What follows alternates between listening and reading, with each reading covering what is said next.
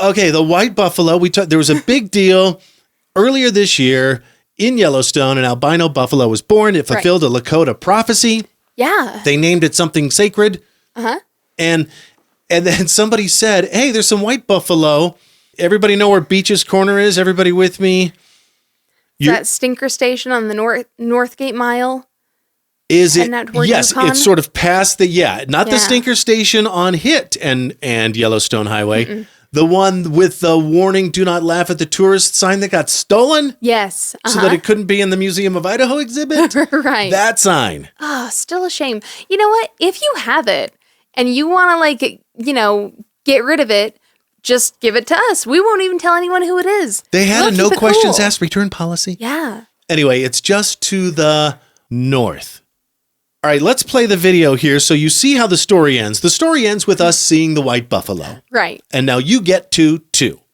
But I'll tell you how I got there. So Beach's Corner, somebody put a map saying, okay, the white buffalo should be right about here. So thank you, Internet. I went there. And I didn't mean to, but I guess I stopped a house early, which was a happy accident because when I got out, and it was a friendly looking place, had a sign for eggs. Right. I'm like, had a sign for these premises are under surveillance, 24/7 video camera. I'm like, okay. Very communicative. Yes, very good communication, and obviously open to visitors if they've got a sign for eggs. Yeah. So let's see how they are in the white buffalo department. The guy comes out. He introduces himself. I say, you look familiar. He said, you sound familiar. And I said, well, I'm Mike Nelson. He said, well, I'm Mike Toombs.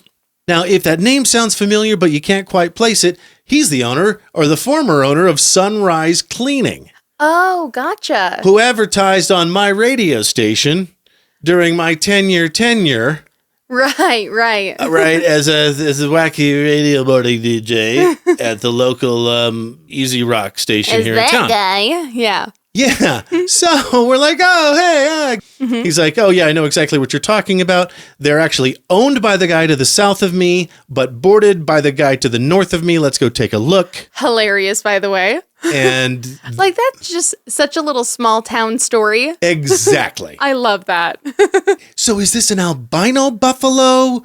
I need an animal expert here. Or is it just or is she just blonde? Right. Is it a cream colored? I can't tell is the thing. I can't tell if this is just a blonde buffalo who's very clean or a white buffalo who's very dirty. Either way, certainly not the purest of white, not driven snow, but some snow that's been mucked through a little. And they're awfully tame. They're, you can see from the video, they came to an arm's length away for me to take a close look. Nice. And see what was going on. I pulled a dumbass move and I reached my arm out. Did you try to pet the fluffy cow? I tried to pet the fluffy cow. And Mike stopped me. He said, I wouldn't do that if I were you. And I brought my arm back and I said, oh, right. Idiot. Facepalm. Stupid. You literally said earlier this season that anyone after that point you had to laugh at. And you were almost that guy. And he said, funny, not because it's a buffalo and he'll charge you, but because you were reaching over an electric fence. And had my arm gone down just a little bit. Okay, fair. He said, I promise you, if you've ever been shocked by an electric fence, it's memorable. You know what? You won't forget that. I have. Yeah. So I was working the Garth Brooks show.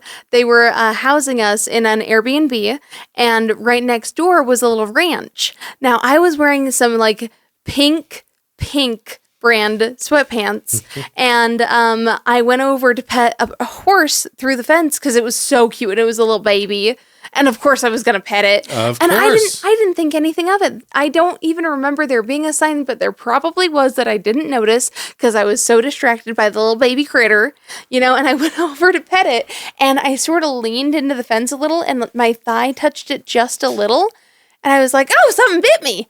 And then my pants were ruined. They had a little burn mark, a little scorch mark on them.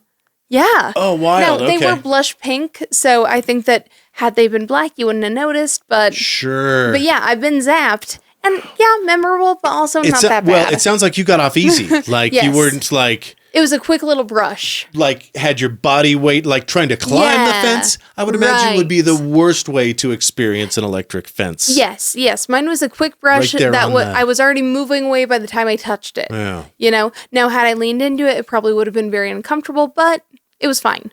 So, all's well that ends well. Last episode, we're like, hey, local news, can you do a story on this? They didn't. We did. There you go.